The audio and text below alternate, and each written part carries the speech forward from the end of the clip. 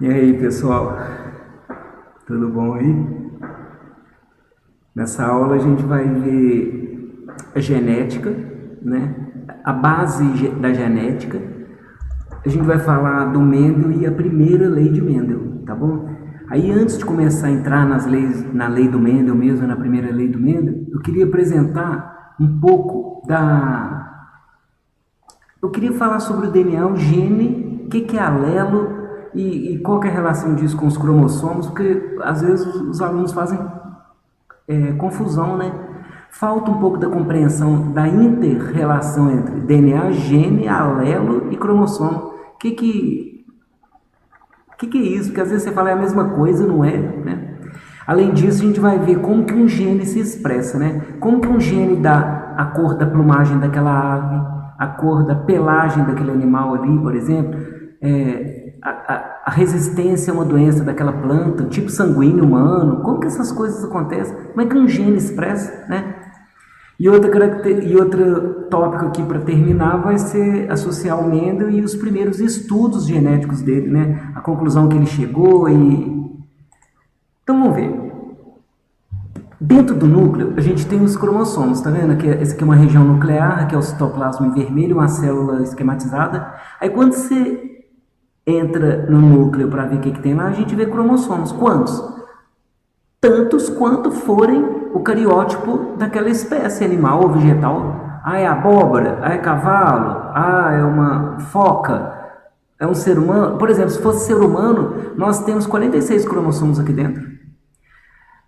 Se for gato, 38, se for cachorro, 78, entendeu? Cada animal tem o seu conjunto cromossômico. Mas o que é um cromossomo, né? Quando você aumenta aqui, a gente está vendo o cromossomo, olha um enovelado aqui dentro. Esse enovelado, se você for desfiando, você vai ver que é um DNA. Então, o que você está enxergando aqui? Que o DNA, ele compõe enoveladamente os cromossomos nos núcleos das células eucarióticas, né? O DNA é uma dupla fita, né? Então você tem ali um cromossomo, a cromatina, que é um DNA associado com essas proteínas em roxo, que chamam estonas. Essas estonas se organizam, se integram para enovelar o DNA em cromossomo, tá bom? Então você está vendo que o DNA está inserido enoveladamente, compactamente dentro dos cromossomos, tá bom? E aí vamos ver então a relação dos genes nos cromossomos e essa expressão deles, né? Olha só, vocês vão gostar dessa sequência. Aqui a gente tem uma temperatura baixa, vamos supor que tem um ambiente ali com temperatura baixa. Dependendo da temperatura baixa, alguns animais produzem mais ou menos melanina. O siamês é muito bonito, né? Um gato bonito. Então, por exemplo, olha o focinho, a orelha dele, as patas, a cauda. Essas regiões são mais resfriadas. A gente sabe, né? Quando a temperatura ambiente cai, como é que os dedos, o nariz, a orelha esfriam. Esse gato siamês é assim. Então, o que geneticamente, evolutivamente aconteceu? Uma adaptação. Os genes expostos a uma temperatura baixa, eles têm uma alteração na expressão, produz mais melanina. Gente, o que o escurecimento faz? Retém calor. Olha que interessante. E, por exemplo, se houver radiação, o que eu falei da temperatura, é uma coisa. E se houver muita radiação? Se houver muita radiação, o que acontece? Bronzeamento na praia, por exemplo. Não é interessante, pessoal? Aí a gente produz mais melanina quando você está exposto, né, a uma radiação. Isso tudo comandado pelo gene. Eu coloquei genótipo aqui porque genótipo é o conjunto de genes daquele indivíduo. No caso aqui eu tratei do gene que produz melanina em diferentes situações. Incrível, né? Eu sei que vocês decoram, né? Vocês falam assim, fenótipo é igual a genótipo mais ambiente. Mas vocês não compreendem, assim, não assimilam o que estão falando. O gene, dependendo da condição ambiental, ele expressa de uma maneira, né? Olha que interessante, que chama fenótipo. Então, o que é fenótipo? Fenótipo é a pelagem daquele animal, é a cor do olho, do cabelo, é a plumagem de uma ave, é a altura daquela planta, é uma doença, é um tipo sanguíneo. Isso é fenótipo. Tudo comandado por ação genética sob fatores ambientais. Incrível, né? Aí, só vendo um negócio aqui para ver se a minha foto... Ah, gente, a minha foto ficou na frente do gato, mas como eu sou um gato, então ficou elas por elas. Essa foi boa, né? Tá bom. Aí, eu vou ficar prestando atenção para ver se eu não vou atrapalhar, tá bom, gente? Agora eu vou mostrar para vocês... Essa do gato foi muito boa. Agora eu vou mostrar como que o gene expressa. Aqui, você vai falar assim, mas você está falando de gene, mas você mostrou um DNA. Não esqueça que o DNA ele tem uma sequência de nucleotídeos e uma dada sequência nucleotídica expressa o gene da melanina. Uma outra dada sequência nucleotídica é para insulina. Uma outra sequência de adeninas, timinas, guaninas e citosinas dará um outro fenótipo, tá bom? Mas o que é um gene dominante, né? Gene dominante, a própria palavra ali já indica, né? É um gene que vai expressar. Então, por exemplo, esse gene aqui expressa a característica fenotípica desse jacaré, né? Só que esse gene aqui, no caso da melanina, produziu ali naquele jacaré melanina, a gente vê o jacaré. Mas e, por exemplo, e quando o animal herda uma versão desse gene aqui do DNA recessiva? Recessiva é diferente de dominante, né? O dominante expressa, ele domina a expressão no fenótipo. O recessivo não, aí nasce um animal albino. Olha só, ele não tem melanina nem no olho. Olha lá, o olho dele como é que é até branco. No caso, a gente vê o olho vermelho, né? Por exemplo, tem cavalo albino, tem o coelhinho, aquele coelho branco, ele é albino. Você fala que o olho é vermelho, mas o olho não é vermelho, né? O olho é branco, não tem melanina. É porque a falta da melanina, a íris fica transparente, você vê o fundo do olho, que tem muitos vasos sanguíneos, é muito vascularizado, que fica avermelhado, né? Aí você fala lá, tem olho vermelho, olho vermelho. Não, é. Então tá. Aí vai percebendo aqui, esse DNA aqui, portanto, eu vou chamar de azão.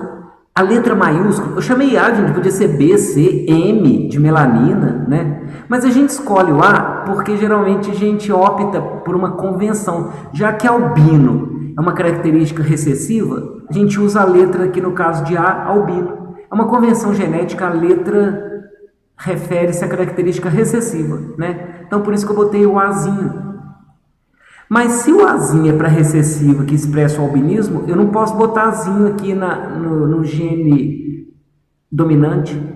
Eu tenho que botar uma letra maiúscula. Então toda vez que aparecer uma letra maiúscula, significa que na genética ela é dominante e expressa a característica, tá bom? Então esse jacaré aqui de cima, né, que é dominante, ele tem um azão, né? Mas ele pode ter dois, ou apenas um. Aí você fala assim, não, se um jacaré herda um azão e um azinho, ele vai ter metade do corpo pigmentado com a melanina e jacaré normal. E a outra metade ele vai ser albino. Não, gente. O dominante já fala, o dominante expressa melanina. Se o recessivo não expressa, esse jacaré vai ter todo melanizado aí, porque ele tem a versão que expressa, né? Agora, esse jacaré albino aqui de baixo, ele não pode ter nenhum azão, ele é duplo azinho. Aí isso que a gente chama de homozigoto, ó. Quando você tem letras iguais, azão, azão ou azinho, né? Você tem as versões homozigota. Homo igual, zigota envolve a fecundação, lá, a formação do zigoto, do embrião, né? Então aqui é como se você tivesse homo igual, né? Alelos iguais. O que são alelos? Agora, quando você tem alelos diferentes, ou maiúsculo e minúsculo, a gente chama de hétero. Hétero é diferente, né? Até agora tá fácil, tô gostando. Então, com essa base que eu te apresentei, vamos falar da primeira lei. O Mendel, olha que interessante, pessoal, ele viveu nessa época e os estudos dele revolucionaram o mundo até hoje, né? Todo o nosso respeito e agradecimento ao Mendel por estudos tão importantes. Ele era um monge, né? E ele estudava ervilhas, porque as ervilhas, elas são de fácil cultivo, ele cultivava nos canteiros do próprio mosteiro lá da Áustria. Então elas são de fácil cultivo, características bem definidas, do tipo assim, quando a planta é alta mesmo, quando é baixa mesmo, quando a ervilha é rugosa, quando é lisa. Não tinha fenótipos duvidosos, entendeu? Eram características bem contrastantes, além do fácil cultivo e grande quantidade de semente nas vagens. Foi um prato cheio para estudo, sabe? E aí ele estudava as ervilhas. Eu achei interessante, pessoal, o Google, né, fez aquela página de apresentação. Tá vendo que está escrito Google aqui com ervilhas? E tá vendo esse Y de yellow e o G de green, né, amarelo e verde? É porque o Mendel estudou até as cores das ervilhas e da vagem. Eu achei bonito o Google homenagear o Mendel, né, no aniversário dele. Bonita homenagem, né? Eu trouxe para vocês verem. Então tá. Então o que o Mendel fez? O Mendel falava assim, engraçado, esse canteiro aqui, toda vez que eu pego as ervilhas lisas, planto, elas crescem quando eu vou debulhar a ervilha, semente lisa. Agora aquele canteiro ali do outro lado, toda vez que eu vou abrir a ervilha dá rugosa, e toda vez que eu replanto, dá rugosa. Aí ele chamou de linhagens puras, né? Tipo assim, nesse canteiro aqui, sempre puras, lisas. No canteiro de lá, sempre puras, rugosas. Aí ele falou assim, e se eu cruzar esse canteiro de cá com a de lá? Aí o que ele fez? Ele pegou um instrumentozinho, né? E pegou pólen de uma planta de cá lisa e levou lá no gineceu da planta rugosa. Sabe o que aconteceu? Que isso? Só deu lisa? Ué, mas cadê a rugosa? Gente, quando ele pegou pólen da planta lisa no canteiro de cá e levou lá para o gineceu da planta rugosa de lá, aí as flores estavam no momento de abertura. Essas flores murcham e dão uma vagem de cá, no canteiro liso, e vagem do lado de lá, no canteiro rugoso. Quando essas vagens frutificaram, né, assim, formaram sementes lá dentro, quando ele abriu a vagem no canteiro de cá, que só tinha lisa, apareceram lisas. Aliás, tinha que aparecer mesmo, só tinha lisa. Mas quando ele foi no canteiro de lá, que só dava rugosa, quando as flores formaram vagens, quando ele debulhou, ele achou lisa. Ele falou, gente, mas aquele canteiro de lá só dava rugosa e agora deu lisa? Perdi minha característica rugosa, né? Aí olha o que aconteceu. Ele falou assim, agora que esse meu canteiro aqui, esse meu terceiro canteiro, né? Eu vou replantar, vamos ver o que vai dar. Quando ele plantou essas sementes aqui, olha o que deu. Que isso? Na mesma vagem deu sementes lisas e rugosas, gente. Olha que interessante. Então ele cruzou o canteiro de cá, que só deu lisa.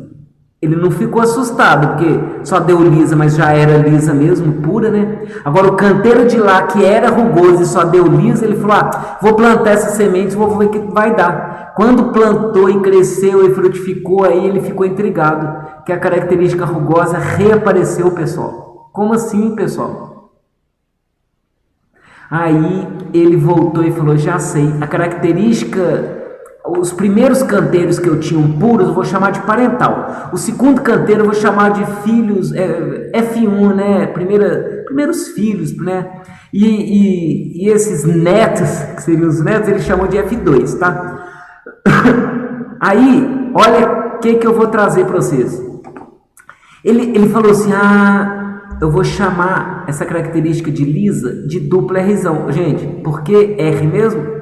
Por causa daquela convenção. Já que a característica recessiva é rugosa, eu vou usar a letra R de rugoso. Repara que essa sementinha aqui, geneticamente, lá no embriãozinho dela, se você for lá, ela tem uma constituição dupla Rzinho. Porque ela expressa a característica rugosa. Agora essa planta aqui, né, do canteiro de cá, que é só liso, ele chamou de Rzão. Aí você fala assim, não, mas no caso de jacaré lá, ele podia ser Rzinho. Sim, continuaria lisa. Mas não é esse caso, porque essa planta aqui é pura. Ela é originalmente pura. A linhagem dela é pura. Assim como a de cá, é linhagem pura. Só que lembra que agora, ao cruzar o canteiro liso com o canteiro rugoso, olha o que deu.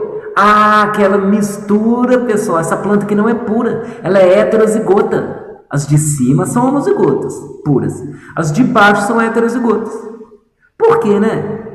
Porque ela herdou o Rzão dessa parental de cá, e já que ela herdou de cá, ela tem que herdar uma coisa de lá também. Porque nós não herdamos coisas do pai da gente e da mãe da gente. Essa planta aqui herdou coisa do pai dela via androceu e coisa da mãe dela via gineceu. Formou essa planta heterozigota. Se você pegar esse grãozinho aqui, essa ervilhinha aqui, e for no embrião dela e avaliar geneticamente, você vai ver que ela tem um Rzinho, Rzinho. Ela continua lisa, porque ela tem um gene dominante que produz uma enzima lá que faz a textura ficar lisa. As de cá também, portanto, são lisas, velho. Aí que o Mendel entendeu. O Mendel falou assim, agora eu entendi. Quando eu deixo os pólens dessa planta cruzar com os gineceu de lá, com a osfera de lá, né? Olha o que dá. Você vai ter plantas puras, dupla Rzão. Plantas não puras, que é Rzão, Rzinho. Continua lisa. Essas plantas aqui são lisas. Agora essa última aqui é rugosa. Por isso que dentro da mesma vagem você tem essa mistura. Olha que interessante. Se você mora numa região que o povo não gosta de ervilha rugosa lá na pizza, nunca deixe esse cruzamento aqui de baixo acontecer. Porque senão você vai perder você vai perder, olha que interessante, você vai perder 25% da sua produtividade. Você vai entender por que 25%. Quem já sabe genética e lembra, sabe. Você vai perder 1/4 da sua produtividade. Você vai ter que jogar para porco, vai ter que fazer, como é que chama? Pasta, né? Sei lá se é gostoso. Pasta de ervilha, sei lá. Tipo um creme. Patê. Nem sei se existe patê de ervilha, gente. Tá, então vamos ver o negócio. Se você quiser entender aqui o negócio, olha aqui que eu vou te apresentar. Essa lei da segregação dos fatores, o Mendel propôs a primeira lei dele falando isso. Olha, se existe até hoje, a gente aceita até hoje. Cada característica, a textura da ervilha, se é lisa e rugosa, a plumagem de um animal, a resistência à doença, uma doença, o tipo sanguíneo. Cada característica, fenótipo, é condicionada por um par de fatores que o Mendel não sabia que era alelo. Hoje nós sabemos. O Rzão é um alelo. O outro Rzão é um outro alelo. Um Rzinho é um alelo. Esses alelos se separam para fazer os gametas. Tá. Vão entender. Sabe esse cachorro aqui? Esse cachorro, ele tem uma pelagem que é dada por exemplo, desão-desinho. Isso que eu inventei, pessoal. Só que esse cachorro, no testículo dele, quando ele fizer espermatozoide, esse desão e esse desinho não vão lá para dentro do espermatozoide, não. Teve sonoplastia, você viu, né? Quem piscou o olho e não viu, vou repetir. Olha, esse cachorro vai fazer um negócio no testículo dele que chama meiose. Tá. Um alelo vai separar do outro. Para quem lembra aí, chama anáfase, tá? Na anáfase da meiose, vai ter uma separação desses alelos. O que acontece? Cada espermatozoide vai levar um alelo.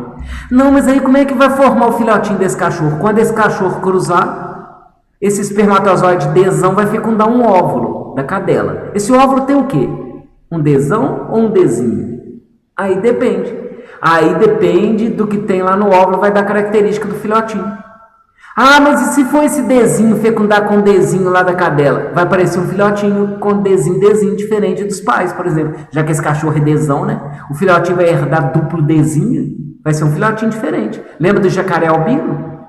Gente, não é legal? Tá, então vamos ver. Por exemplo, o Mendel estudou na ervilha essa cor aqui, ele viu que era dominante, a branca era recessiva.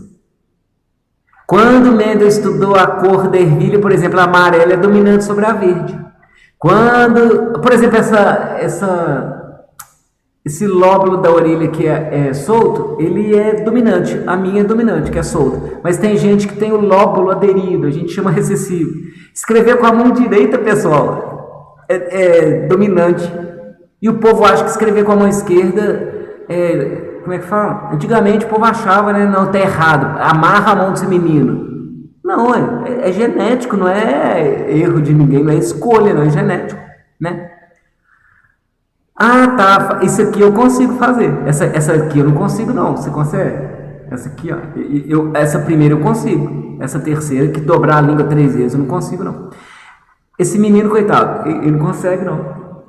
Não consegue nenhuma nem outra. Então, não dobrar a língua é recessivo. Tá. O lábio, tipo o meu, né? O lábio assim desse jeito é dominante, o lábio fino é recessivo. Ter sardas é dominante, até isso. e não sardas não é. Miopia, aproveitando o óculos desse menino. A miopia tem dominante recessivo, né? Mas a miopia pode ser recessiva. E a pessoa que não é míope é dominante. Isso aqui é um caso curioso. Olha a quantidade de dedo que tem nessas mãos e pés. Isso aí é uma característica dominante. Não vai assustar não, hein? Não, meu pé é bonitinho igual esse neném. Meu pé é de anjo. Meu pé tem 5 dedos. Meu pé é de anjo tem que ser dominante. Você acha que as coisas normais são dominantes. Não, pessoal. Você acha que cabelo castanho é dominante. E é. Aí, tá vendo? Mas quem te falou que o cabelo castanho é normal? Vai nessas Noruega e nesses lugares aí que só tem gente de cabelo claro e olho claro, você vai ver que lá a maioria tem cabelo claro e olho claro. Então lá é normal. Não, é uma questão genética, de frequência de gene na população, socio-historicamente, de colonização, de migrações, tá? Cabelo castanho é dominante, seja aqui ou na Noruega, só que lá o gene recessivo aumentou a frequência na população. Ter 6 dedos na mão ou mais, chama polidactilia, é uma questão dominante. Mas eu, por exemplo, tenho 5 dedos na mão e no pé. A chance de eu casar com uma pessoa, vamos supor, ela tem 5 dedos na mão e no pé, beleza. E os filhos? Já que é uma versão recessiva, todos os filhos nascerão com dedos e mãos pentadáctilos, tá? Interessante. Então, não ache que normal é o que mais tem na população e gene dominante é o que mais tem. Gene dominante nem sempre é o que mais tem na população. Polidactilia. Quantos polidactilias tem na sua cidade? Né? Entendeu? Então tá. Eu queria chamar a atenção aqui para 2 características que são até graves, né? A galactosemia, que é um problema grave, sabe, assim, de metabolismo da galactose que tem nos laticínios, e a fenilcetonúria, que é um problema metabólico, assim, que a pessoa não consegue metabolizar fenilalanina, que é um aminoácido tão grave que precisa ver no teste do pezinho, porque se a criança nasce e...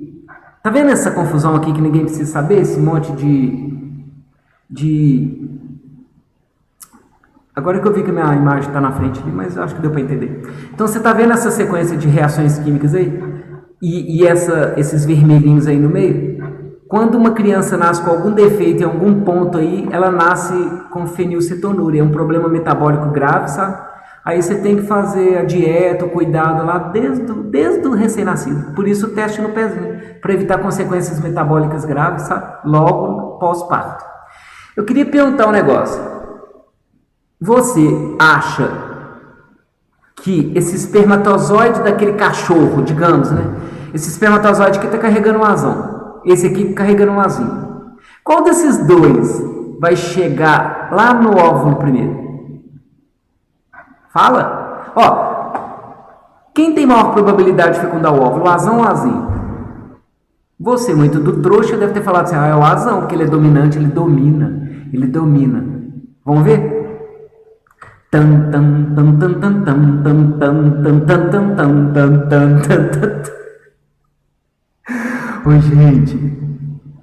Oi, gente, deixa eu tirar minha câmera ali, porque eu fiquei em cima do óvulo, o espermatozoide fecundou minha cara, gente. Aí não, né? Socorro. Mas o que aconteceu, pessoal? Tirei lá, gente, o espermatozoide fecundou minha cara. O que aconteceu? Gente, pra quem não viu, porque minha cara atrapalhou. Pra quem não viu, vamos voltar lá. Você não viu?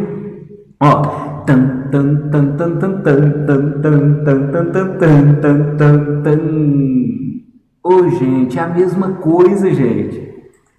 Sabe qual que é a probabilidade do azão fecundar o espermatozoide? É a mesma do azinho. É uma questão probabilística. Cara ou coroa? Qual a chance de cair uma moeda, jogar uma moeda e cair cara? 50%. E coroa? 50%. Qual é a chance do azão fecundar? 50%. E o azinho? 50%. Entendeu? Não, mas o azão é dominante, ele é X-Men, ele é um X-Men da genética, ele é azão dominante. Não, gente, não. É 50%. O espermatozoide não sabe quem está levando azão, azinho, sabe? Interessante, né? Por isso que, graças a essa ideia, existe agora aquele quadro que você decora. Aqui tem um espermatozoide azão e um azinho. Aí, E aí tem a chance do azão fecundar é 50%, como eu falei, assim como o azinho. E o óvulo, né? O óvulo da cadela, por exemplo, ele tem azão e azinho. Qual a chance da cadela soltar um óvulo azão? 50%. E o azinho, 50%. Só que às vezes a cadela solta vários óvulos, né? Todos têm 50%. Sabe a chance desse espermatozoide fecundar esse óvulo aqui? Ah, você tem dificuldade de fazer conta. Meio vezes meio vai dar 1/4. Então, sabe a chance desse espermatozoide carregando azão fecundar aquele azão e formar um filhotinho azão? 1/4 ou 25%. Sabe a chance desse espermatozoide fecundar esse azinho? Também, 1/4 também, né, gente? Porque meio vezes meio. Então vai ficar um animal azinho. Esse não será puro, né? A gente chama heterozigoto. Entendeu como é que se forma as probabilidades de um espaço amostral? No caso aqui do cachorro, que eu estou dando exemplo. E a chance desse espermatozoide azinho aqui, ele tem 50%, você lembra, né? Qual é a chance desse espermatozoide com 50% fecundar esse óvulo da cadela já com 50%? Meio com meio vai dar 1/4. Aí vai nascer um filhote também que não é homozigoto, né? Ele é azinho. Qual a chance desse espermatozoide azinho fecundar aquele óvulo azinho? 50%. Pessoal, vamos supor então que você mora numa região e que o povo gosta de cachorro que tem uma característica lá que é dada no pelo dele, e essa característica é sempre dada pelo azinho. O povo gosta. Se você fizer esse cruzamento que eu fiz aqui de um cachorro, aqui ó, de um cachorro macho, um cachorro, né, que tem azinho, com uma cadela que tem azinho, aí na sua ninhada lá vai nascer 10 filhotes. Dos 10, você só vai vender 1/4 deles, que é 25%.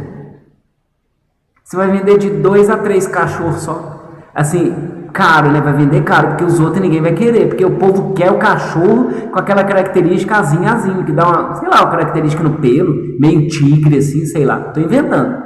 Então nasceram 10 filhotinhos. Dos 10, já que 25%, 1/4, né? De 2 a 3 cachorros, você vai conseguir vender caro, que todo mundo vai pagar caro, vai ter uma disputa danada. Agora os outros lá, ó, que tem azão, ó, 3/4, 75% vai ficar lá. Vai crescer, você gastando ração, gastando remédio para vacina, ninguém vai querer. Entendeu como é que a genética interfere nas criações e o melhoramento genético de planta, de animal? Interessante, né? Ah, pessoal, é muito legal, né? Agora eu queria apresentar a heredograma. O que é o heredograma? O heredograma é um diagrama genético. Então, toda vez que aparecer um quadradinho aqui, ó, é um homem. Aí você tá vendo aqui aquela ideia, né, do azulzinho masculino, tem até um mocinho lá dentro. Agora o feminino eles até botaram rosinha aqui, né, para dar uma ideia de... Tem até uma mocinha lá dentro.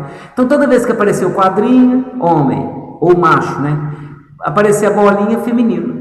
Tá? Então você pode ver, toda vez que aparece quadradinho é azul, é masculino. Toda vez que aparece a circunferência, que é a bolinha, né, é fêmea, a parte feminina, tá? Do casal, tá bom? Isso é uma outra convenção, tá bom?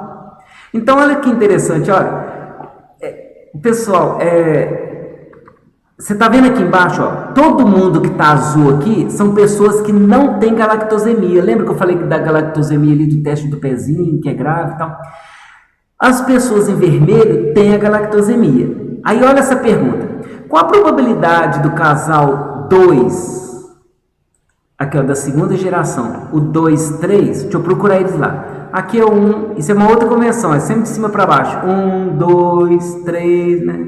Então tá falando dessa geração. Só que eles querem a pessoa, tá sendo pedido aqui, né? O 2 e o 3. Então eles estão querendo esse aqui, ó, e esse aqui, tá? Então olha o que acontece. Qual a chance deles terem outro menino afetado? Porque realmente eles já têm, ó, esse marido aqui, né? Você tá conseguindo ver aí a setinha? Ô, gente, eu não mostrei minha cara ali, gente. Ninguém nem falou nada, pessoal. Ah, você nem falou nada. Pessoal, aparece aí, tô com saudade. Ninguém falou nada. Mas aí, deixa eu te contar. Eles estão pedindo aqui, ó, a chance desse moço, desse marido que casou com essa mulher, tem um outro menino afetado, que ele já tem um menino afetado, ó, vermelhinho aqui, tá vendo? Galactosêmico esse menino. Aí tá querendo a probabilidade de terem um outro menino afetado. Ah, eu sei calcular, muito fácil aí. Quer ver? Vamos calcular? Olha que fácil. Quer ver? Ó, se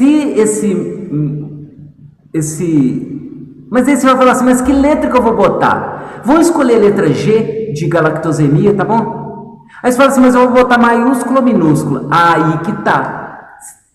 Eu nem lembro se eu falei isso lá atrás. Ah, não, falei que era... Tá, nem lembro, mas não interessa. Mas não vai voltar para saber, não. Mas porque aqui dá para saber, pessoal. Porque olha só. Vamos ver esse casal aqui. Tá vendo esse casal aqui que tá azulzinho, ó? Esse aqui? Né? Eles estão azuizinhos. Quer dizer, eles são normais, mas eles tiveram uma criança afetada. Por que eu vim nesse casal aqui? Porque ele vai me ajudar a entender se essa doença é dominante ou recessiva. Como que um casal normal tem uma criança recessiva? Então, toda vez que nasce uma criança recessiva de pais que não são afetados... Não, deixa eu falar direito. Toda vez que nasce uma criança afetada de pais não afetados, de pais normais, ela é recessiva. Por exemplo, se você for canhoto e seus pais não são, você é recessivo. Se você tem lábio fino e seus pais têm lábios espessos, você é recessivo. Entendeu a característica que é diferente dos progenitores? Então essa criança aqui embaixo, com certeza ela é Gzinho. Por que eu fui falar G? É difícil de escrever. O irmão dela já é Gzão. Ele tem um G aqui, porque garante a normalidade. Quer dizer que ser não afetado é ter o G. 2 ou um só, tanto faz, basta ter um que já é normal. Aí a gente bota um tracinho. E ter galactosemia? Galactosemia é recessivo. Aí a gente bota um Gzinho e tem que botar um outro Gzinho, né? Porque você bota um Gzão, a pessoa fica normal. Interessante, né? Então agora todo mundo que tá vermelhinho aqui, você pode botar Gzinho, ó. Essa aqui é recessiva. Agora eu descobri naquele casal ali embaixo que todo mundo que é galactosêmico tem a doença. Então eu já descobri, ó, esse marido aqui, ele é Gzinho, ele tem a galactosemia. Esse menino aqui herdou o Gzinho dele. Aí você vai falar assim, nossa, foi por causa dele, né? E foi por causa da avó, né? A avó tá aqui.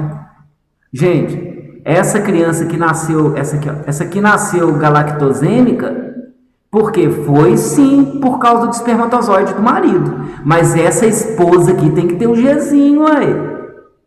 Como é que forma uma criança duplo Gzinho? Porque um Gzinho veio do espermatozoide do pai, um Gzinho veio do óvulo da mãe. Não, mas você errou, a mãe trava e para o vídeo que você errou. Então deixa eu parar. Gente, essa mulher... Você achou que eu pausei o vídeo?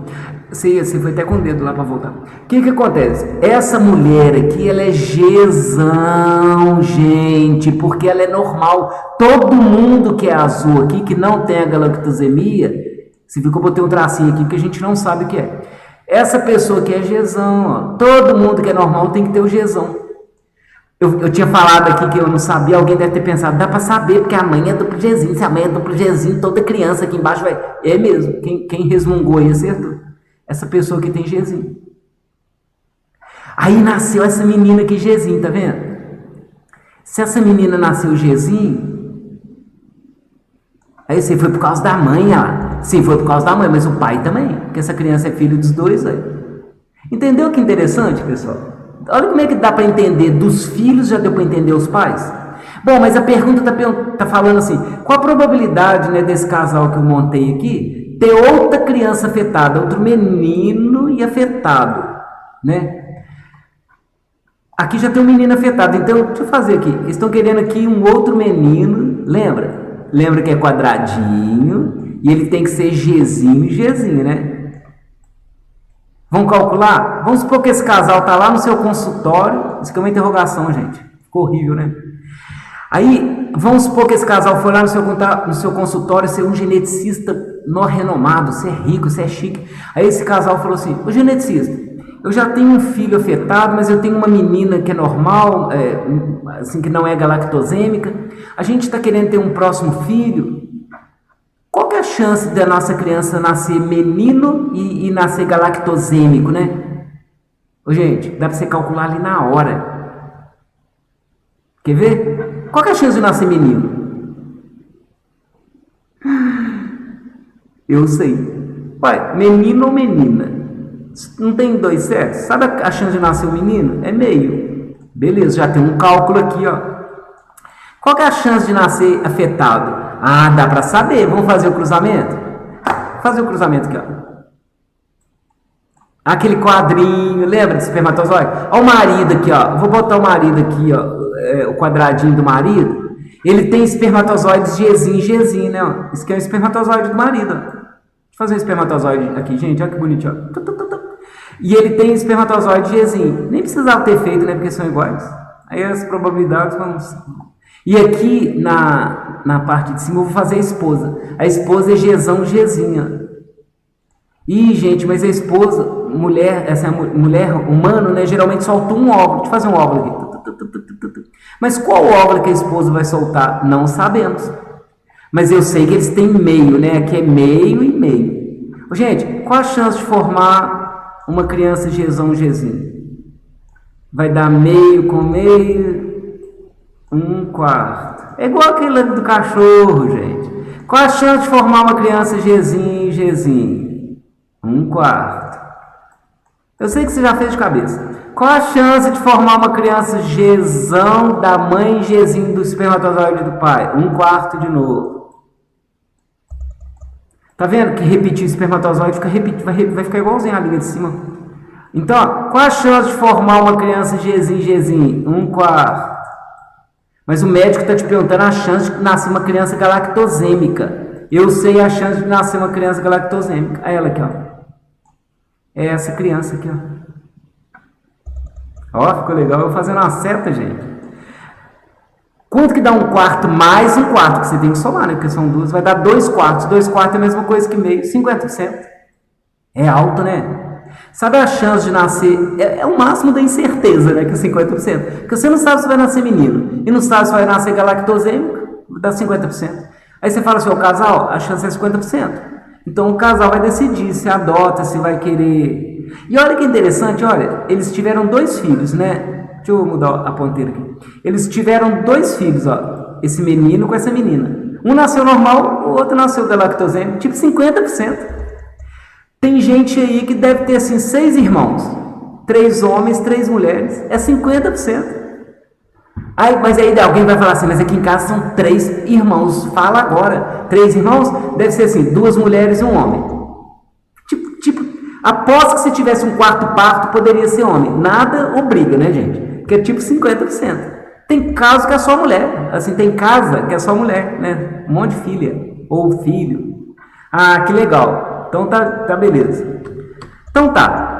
Pessoal, acabou, gente. Ah, não, vamos voltar tudo. Vamos repetir, fingindo que não. Tô brincando.